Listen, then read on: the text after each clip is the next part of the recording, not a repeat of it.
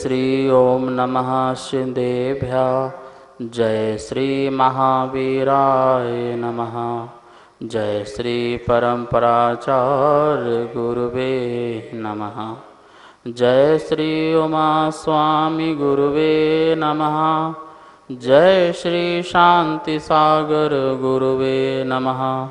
जय श्री विद्यानंद गुरुवे नमः। मोक्षमार्गस्य नेतारं भेत्तारं कर्मभूभृतां ज्ञातारं विश्वतत्त्वानां वन्दे तद्गुणलब्धये। मङ्गलं भगवान् वीरो मङ्गलं गौतमो गणि मङ्गलं कुन्दकुन्दार्यो जैन धर्मोस्तु मंगलम। तत्वाश्रुत परमांगलिक ग्रंथ है। आचार्य कुंद के पट्ट शिष्य आचार्य उमा स्वामी द्वारा यह विक्रम की प्रथम शताब्दी में लिखा गया सूत्रात्मक शैली है। संस्कृत इसकी भाषा है। 10 अध्याय विभाजित है। 7 तत्वों का वर्णन है। हम सभी लोग 7वां अध्याय में देख रहे थे शुभ आश्रव के कारण अणुव्रत और महाव्रतों की चर्चा में। महाव्रत में कल अपन ने अहिंसा महाव्रत और सत्य महाव्रत की चर्चा की थी। 3 व्रतों की चर्चा आज करें। उसके पहले जो सूत्र नंबर 2 है उसको बोर्ड के माध्यम से एक बार देखते हैं, फिर आगे व्रतों के बारे में समझते हैं।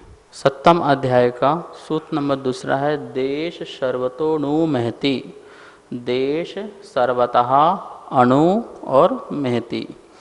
5 जो हिंसा आदि हैं उनका एक देश त्याग करना अनुव्रत है, और हिंसा आदि 5 जो पाप हैं उनका सर्वतः पूर्ण रूप से त्याग करना महति महाव्रत हैं। हम सब लोग महाव्रत में जो अहिंसा और सत्य महाव्रत की चर्चा की थी।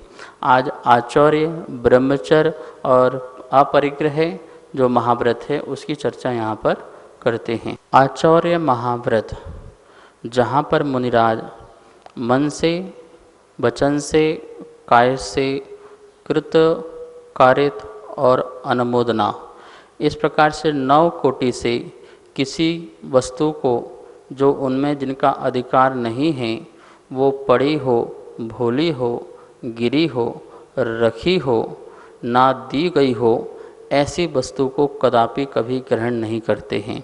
गांव, खेत, वन, पर्वत, मार्ग, कहीं पर भी कोई वस्तु मूल्यवान हो या मूल्यवान ना भी हो उसको देख कर के कभी मोहित नहीं होते हैं, कभी उसमें राग नहीं करते हैं। यह मैं ले लूँ ऐसा भाव उनका नहीं आता है। तो उसको जब भाव ही नहीं आता है तो ग्रहण कैसे करें, क्योंकि उन्होंने वस्तुओं का त्याग कर दिया है। उनका समस्त वस्तुओं का त्याग हो चुका है। अब वो अपने स्वयं के उपयोग के लिए भी कोई वस्तु ग्रहण नहीं कर सकते हैं। अपने हाथ से स्वयं जो है कहीं का जल ले लें, कहीं की मिट्टी ले लें, हाथ धोने आदि के लिए वो ग्रहण नहीं कर सकते हैं, क्योंकि उसमें उनका अपना कोई अधिकार नहीं होता है। किसी खेत की मिट्टी ले लें, किसी जिनमें किसी का अधिकार हो वहाँ का जल आदि ले लें, तो इस प्रकार से मुनिराज जो हैं उन वस्तुओं को भी कभी ग्रहण नहीं करते, क्योंकि ऐसा करने पर उनको क्या दोष लगता है, चोरी का दोष लगता है। और मुनिराज ने चोरी का सर्वथा त्याग कर दिया है। अब एक देश नहीं, पूर्ण देश त्याग हो गया है। ना करते हैं, ना करवाते हैं, और ना होने वाले की अनुमोदना करते हैं। स्वयं तो नहीं करना, ये तो पल जाता है, लेकिन अनुमोदना जो हो जाना वो बहुत बड़ा पाप होता है। कभी कभी अनुमोदना होती है और हो जाती है। जैसे किसी वस्तु में किसी ने व्यक्ति को चुरा लिया, मतलब उसमें कुछ बचा लिया, बेईमानी कर ली, और हम प्रसन्न हो जाएं, अच्छा ऐसी बात है, तो क्या हो जाएगा, वो दोष लग जाएगा। या उपाय भी नहीं बताते हैं। चोरी करने के उपाय भी न मुनिराज कभी बताते हैं किसी को, तुम ऐसा कर लिया करो, ऐसे तुम्हारा ऐसा बच जाएगा, इससे तुम्हारा ऐसा हो जाएगा, इससे ठीक रहेगा, किसी को पता भी नहीं चलेगा। ऐसी बातें भी कभी नहीं करते हैं। वो धन्य मुनिराज हैं जो पर वस्तु को पर ही मानते हैं, कभी स्व नहीं मानते हैं। ऐसी श्रद्धा और ऐसा चारित्र में आना कि पर पदार्थ तो 3 काल में मेरा था ही नहीं, जो इसमें मैं अभी अधिकार रखूं। तो जो जिसका स्वामित्व है, उस स्वामित्व से बिना पूछे कोई वस्तु को कभी ग्रहण नहीं करते हैं। मंदिर आदि में भी जाते हैं तो जिस कमरे में उनको रोका जाता है वहाँ रहते हैं, जो वस्तु उनके लिए उपयोग में दी जाती है उसका उपयोग करते हैं। वो बिना पूछे मंदिर से कोई पुस्तक भी, किताब भी ग्रहण नहीं करते हैं जब तक उनको श्रावक उनको स्वयं न दे, ज्ञान दान में पढ़ने स्वाध्याय को न दे।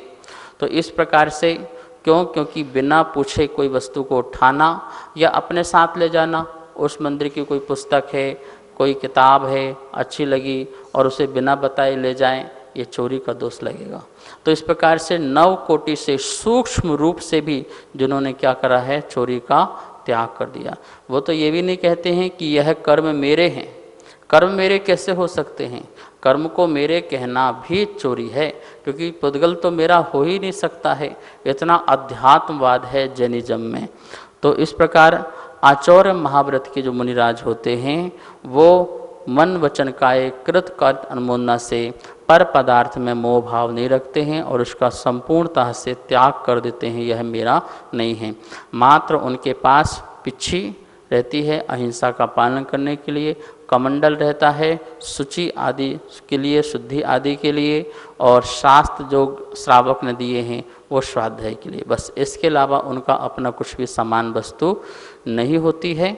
यह आचौर्य महाव्रत के धारी होते हैं। चौथा व्रत ब्रह्मचर्य महाव्रत। ब्रह्मचर्य महाव्रत क्या है? ब्रह्मचर्य जहाँ पर ब्रह्म मतलब होता है आत्मा, चर्य मतलब चरना, आत्मा में ही जिसकी चर्या होती है उसका नाम ब्रह्मचर्य है। ऐसे व्रत को धारण करने वाले महामुनिराज होते हैं जो अपने ब्रह्म में ही रमण करते हैं, पर में रमण नहीं करते हैं। और जो विपरीत तत्व है स्त्री आदि जो उनसे दूर रहते हैं, उनसे बोलना, उनसे मजाक करना, उनको देखना, बार बार निहारना, निरीक्षण करना, उनको अकेले बिठाना आदि ऐसा कोई कार्य ही नहीं करते हैं। ऐसे ब्रह्मचर्य महाव्रतधारी मुनिराज होते हैं जिन्होंने पर संसर्ग का 9 कोटि से त्याग कर दिया है। शरीर सुख का जिन्होंने त्याग किया है, शरीर के श्रृंगार का जिन्होंने त्याग किया है, शरीर को संस्कारित करने को त्याग किया है। मुनिराज नहाते क्यों नहीं हैं? इसलिए तो नहीं नहाते हैं क्योंकि उसमें मल आदि रहेगा तो विरक्ति का परिणाम रहेगा शरीर आदि से भी। वो केशलौंच आदि करते हैं, अपने केशों को खाड़ते हैं। शरीर में सबसे अच्छा बालों का होना होता है। यदि सिर में आपके बाल घने हैं तो उससे चेहरे में रौनक आती है, वो आकर्षण का प्रतीक होता है। मुनिराज उस आकर्षण के प्रतीक को ही सर्वप्रथम उखाड़ करके फेंक देते हैं, अपने बालों को निकाल देते हैं, जिससे किसी प्रकार का चेहरे में कोई आकर्षण ही ना हो और कोई हमसे आकर्षित हो। इस प्रकार का वह ब्रह्मचर्य को धारण करने वाले कार्य किया करते हैं। किसी प्रकार का ऐसी वस्तुओं का सेवन नहीं करते हैं जिससे उन्हें उनके अंदर कामुकता पैदा हो, उत्तेजना पैदा हो। जो साधना में साधक हो ऐसी वस्तुओं को ग्रहण करते हैं, जो साधना की वृद्धि करे, जो चारित्र को उच्च शिखर की ओर ले जाए, ऐसे साधनों का उपयोग, वस्तुओं का उपयोग करते हैं। जो शील रहित पुरुष भी हैं उनके भी संसर्ग से भी वो बचते हैं। आपको पता है मुनिराज संयमी लोगों से आहार ग्रहण करते हैं। संयमी जिनने संयम धारण किया है, क्योंकि संयमी व्यक्ति के संसर्ग से उनका संयम का पालन हो सकता है। असंयमी व्यक्ति के पास के संसर्ग से उनका जो है संयम का पालन होना बहुत मुश्किल है, क्योंकि असंयमी व्यक्ति आकर के असंयम के कार्य करेगा, असंयम जैसी बातें करेगा, वी कथाएं करने को बैठ जाएगा, यहाँ वहाँ की राग द्वेष की चर्चाएं करेगा और बेफिजूल की चर्चा से मुनिराज का जो है ब्रह्मचर्य खंडित हो सकता है। इसलिए अपने ब्रह्मचर्य का पालन करने के लिए वो इस प्रकार के असंयमियों से ज़्यादा बात करना, असंयमियों से संसर्ग नहीं करना। आचार्य विद्यानंद महाराज जी कहते थे, भैया संयमों के साथ रहो, असंयमी लोगों के बीच में बैठोगे तो एक ना एक दिन असंयमी जरूर हो जाओगे। इसलिए आचार्य जी कभी किसी को ज़्यादा बिठाते नहीं थे, कभी ज़्यादा किससे बोलते नहीं थे। लोगों की शिकायत रहती थी कि वो बिठाते नहीं हैं, बोलते नहीं हैं, बात नहीं करते हैं, भगा देते हैं। उनका एक ही कारण था, वो अपने ज्ञान और ध्यान में रहते थे, अपने स्वाध्याय में रहते थे। क्यों? क्योंकि इसके माध्यम से मेरा आत्मा का जो श्रृंगार है वो बढ़ेगा, आत्मा का जो उत्साह है वो बढ़ेगा। नमोस्तु आचार्य श्री, मेरे मन में एक शंका है कि जैसे अपन खुद हंसें और दूसरों को किसी माध्यम से हंसाएं या चुटकुला सुनाकर हंसाएं, इससे भी क्या ब्रह्मचर्य का घात होता है? हंसना, हंसाना, हंसी मजाक करना, चुटकुले सुनाना, मनोरंजन के कार्यक्रम प्रोग्राम करना और वो भी धार्मिक स्थलों में करना, वो भी त्यागी व्रतियों के द्वारा होना महापाप है। यह कार्य क्यों करते हैं? किसी को आकर्षित करने के लिए तो करते हैं, उसको अपना बनाने के लिए तो करते हैं। किसी को अपना बनाना हो तो अपन बहुत सारे तरीके आजमाते हैं और वो सारे के सारे तरीके जो हैं वो इसी प्रकार के मनोरंजन के राग वर्धक के होते हैं। और ऐसे मनोरंजन के साधन के माध्यम से ये धर्म प्रभावना नहीं कहलाती है। कहीं ना कहीं अपना आकर्षण उनके प्रति जुड़ता है और उनका अपने प्रति आकर्षण जुड़ता है और इस आकर्षण से ही ब्रह्मचर्य खंडित भी होता है।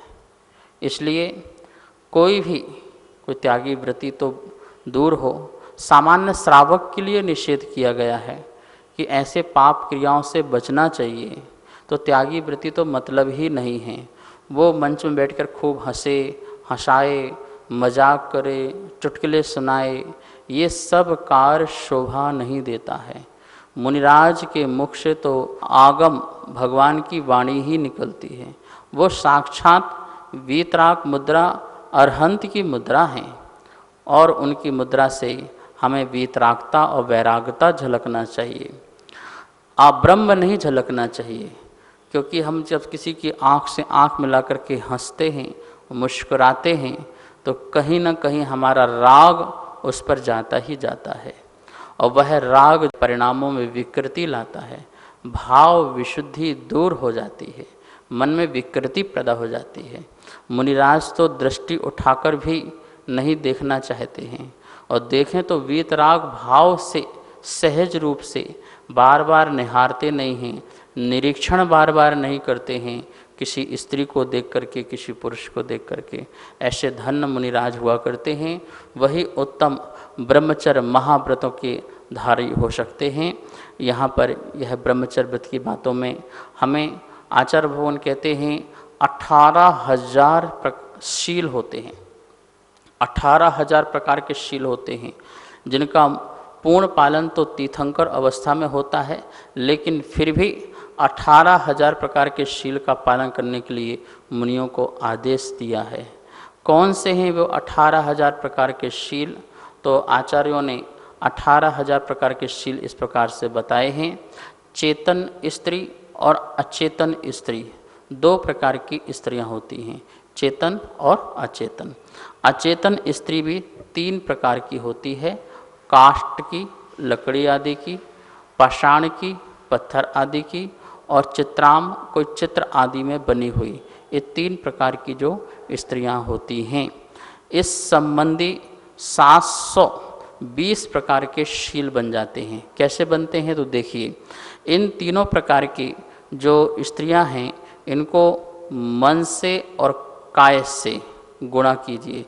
मन संबंधी इनके प्रति विचार आए या काय से कुछ करने के विचार आए, वचन नहीं लिया है क्योंकि वचन में इनसे बातें नहीं होती हैं, तो वचन नहीं, मन और काय, तो इन तीन को 2 से गुणा करते हैं तो कितने हो जाएंगे? 6 हो जाएंगे। और इनको 6 से कृत, कारित और अनुमोदना संबंधी अपन गुणा करें तो इन 6 में 3 का गुणा करने पर वो 18 प्रकार के भेद बन जाते हैं। और इनका 5 इंद्री, द्रव इंद्री और 5 भाव इंद्री, इस प्रकार से द्रव इंद्री, भाव इंद्री के ये 10 का गुणा करते हैं तो 180 भेद हो जाते हैं। फिर इनको 4 कषाय से गुणा करो, इनमें कषाय लगेगी तो क्रोध, मान, माया और लोभ, 4 कषाय से त्याग किया 180 में तो 720 भेद बन जाते हैं। ये 720 भेद हैं, ये अचेतन स्त्री संबंधी लगने वाले दोष हैं, इनका मुनिराज क्या करते हैं? त्याग करते हैं। अब चेतन स्त्री संबंधी जो दोष शेष बचे हुए हैं वो अचेतन इंद्रिय संबंधी बचे हुए हैं। अचेतन जो चेतन स्त्री हैं वो चेतन इंद्रिय संबंधी जो हैं वो दोष हैं। देखिए चेतन स्त्री जो है वो 3 प्रकार की होती है, देवांगना देवी, मनुष्यनी महिला आदि, और त्रियंचनी जो त्रियंच में जो महिला होती हैं त्रियंचनी होती हैं। तो इस प्रकार से ये 3 जो हैं वो स्त्री जाति की होती हैं, चेतन सहित हैं, जीव सहित हैं। इनका मन, वचन और काय से गुणा करते हैं तो कितने हो जाएंगे? 9 भेद हो जाएंगे। और इनमें यदि अपन कृत, कारित और अनुमोदना इन 3 का भेद कर देते हैं तो ये 27 भेद हो जाते हैं। और 5 द्रव इंद्री और 5 भाव इंद्री, इनसे गुणा करते हैं अर्थात 10 से गुणा करते हैं 27 को तो 770 जो इसके भेद बन जाते हैं। और इनको 4 संज्ञा से आहार, भय, मैथुन और परिग्रह, ये 4 संज्ञा होती हैं। इन 4 संज्ञा से इनको गुणा करो तो 1080 जो है इसके भेद हो जाएंगे। और फिर जो अनंतनमंदी संबंधी जो 16 कषाएँ हैं, अनंतमंदी की 4, अप्रत्याख्यान की 4, प्रत्याख्यान की 4 और सुंदलन की 4, ऐसी 16 कषाएँ हैं।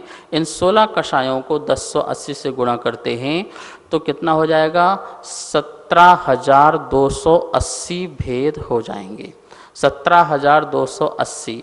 और इसमें अचेतन स्त्री संबंधी जो 720 थे उनको प्लस करो तो कितने हो जाएंगे? 18,000 प्रकार के भेद बन जाएंगे। ऐसे मुनिराज 18,000 प्रकार के शील का पालन करने वाले होते हैं। आप सोच सकते हैं कि उत्तम जो ब्रह्मचर्य महाव्रत है वो कितना उत्कृष्ट है, उनकी आत्मा कितनी पावन और पुनीत होती होगी जिन आत्मा ने 18,000 प्रकार के शीलों का वर्णन किया है। ऐसी पवित्र आत्मा को पाकर के जीव धन्य हो जाते हैं। वो अपने आप को सौभाग्यशाली समझते हैं कि ऐसी ब्रह्मचर्य व्रत को धारण करने वाली आत्मा हमारे सामने हैं जिनका हम दर्शन, पूजन, वंदना, आराधना, वैयावृत्ति आदि करते हैं। ये बात हुई उत्तम ब्रह्मचर्य महाव्रत की। इसके पालन करने से क्या लाभ है? तो आचार्यों ने कहा है इसके पालन करने से परंपरा से मोक्ष प्राप्त, तो साक्षात मोक्ष प्राप्त भी होता है। पर प्रारंभ में यदि इस काल में पालन करते हैं तो स्वर्ग आदि और फिर परंपरा से मोक्ष आदि। चतुर्थ काल में यदि उत्कृष्ट उत्तम ब्रह्मचर्य व्रत का पालन हो तो जीव उसी भव से क्या हो सकता है? मोक्ष जा सकता है। इस प्रकार से आत्म लाभ, आत्म शक्ति, आत्म ऊर्जा, शरीर ऊर्जा की वृद्धि होती है ब्रह्मचर्य व्रत का, महाव्रत का पालन करने से। इस प्रकार का ये महाव्रत होता है। नमोस्तुते श्री, मेरे मन में एक शंका उत्पन्न हो रही थी कि बाह्य जगत में ब्रह्मचर्य व्रत का प्रभाव क्या होता है, कृपया समाधान करें। ब्रह्मचर्य का प्रभाव, शील का प्रभाव बाह्य जगत में आपको ज्ञात है। अग्नि का कुंड भी जल का कुंड हो जाता है, विष भी अमृत तुल्य हो जाता है और विघ्न जो हैं वो उत्सव महोत्सव में बदल जाते हैं। शत्रु भी मित्र बन जाता है, सर्प भी हार बन जाता है। इस प्रकार से सीप भी मोती हो जाता है। ये ब्रह्मचर्य का प्रभाव है। आत्मा परमात्मा हो जाती है।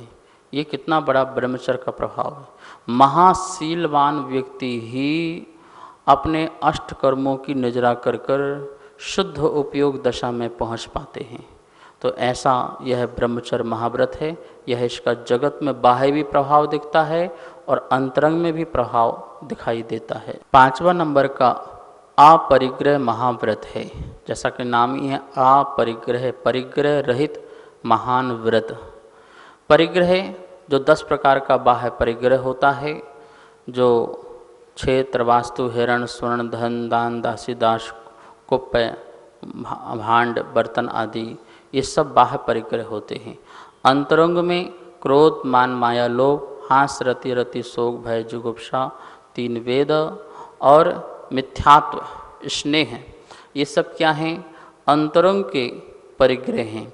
इन परिग्रहों से भी जो मुक्ति है, अंतरंग बहिरंग परिग्रहों से जो मुक्त हो जाते हैं, वो अपरिग्रह महाव्रत कहलाते हैं।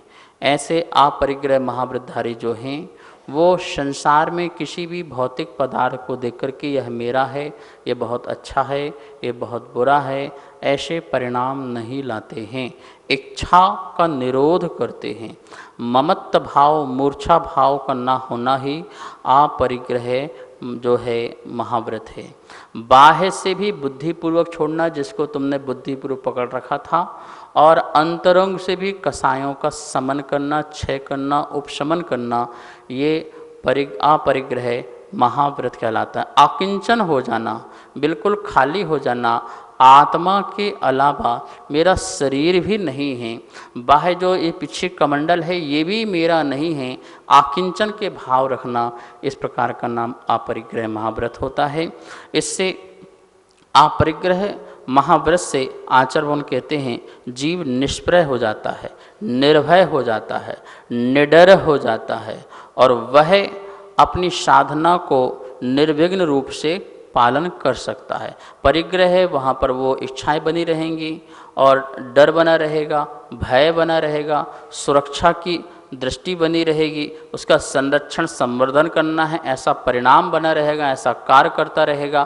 तो आचरण कहते हैं इन सब से मुक्त होने के लिए अपरिग्रह महाव्रत है। कोई तनाव नहीं होता उसे, कोई टेंशन नहीं है, कोई डिप्रेशन नहीं है, कोई अवसाद उसके अंदर नहीं रहता है और किसी प्रकार की चिंताएं नहीं रहती हैं। परिग्रह ही सर्व चिंता का जो है कारण है, और परिग्रह समाप्त हुआ तो सर्व चिंता अपने आप ही समाप्त हो जाती है।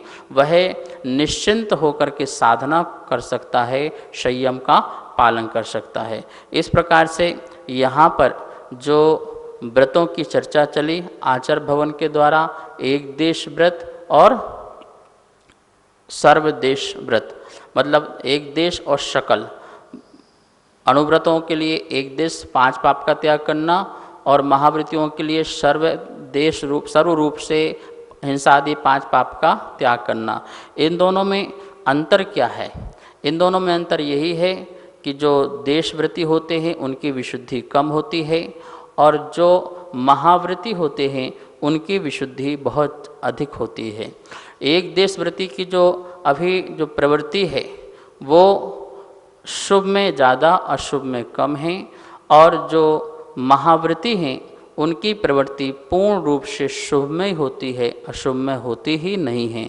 वो प्रवृत्ति का भी अभाव करते हैं और निवृत्ति मार्ग में आगे बढ़ते हैं, उनकी विशुद्धि अंश जो है वो ज़्यादा होती है।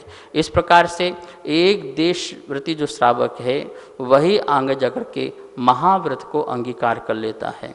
इस महाव्रतों के पालन करने से साक्षात मुक्ति की प्राप्ति होती है, और यदि वर्तमान में मोक्ष आदि की प्राप्ति न हो तो उत्तम से उत्तम सुखों की प्राप्ति भी होती है। यह सूत्र आज यहीं संपन्न करते हैं। इस सूत्र के माध्यम से 5 अणुव्रत और 5 महाव्रतों की अपन ने बहुत विस्तृत चर्चा की है।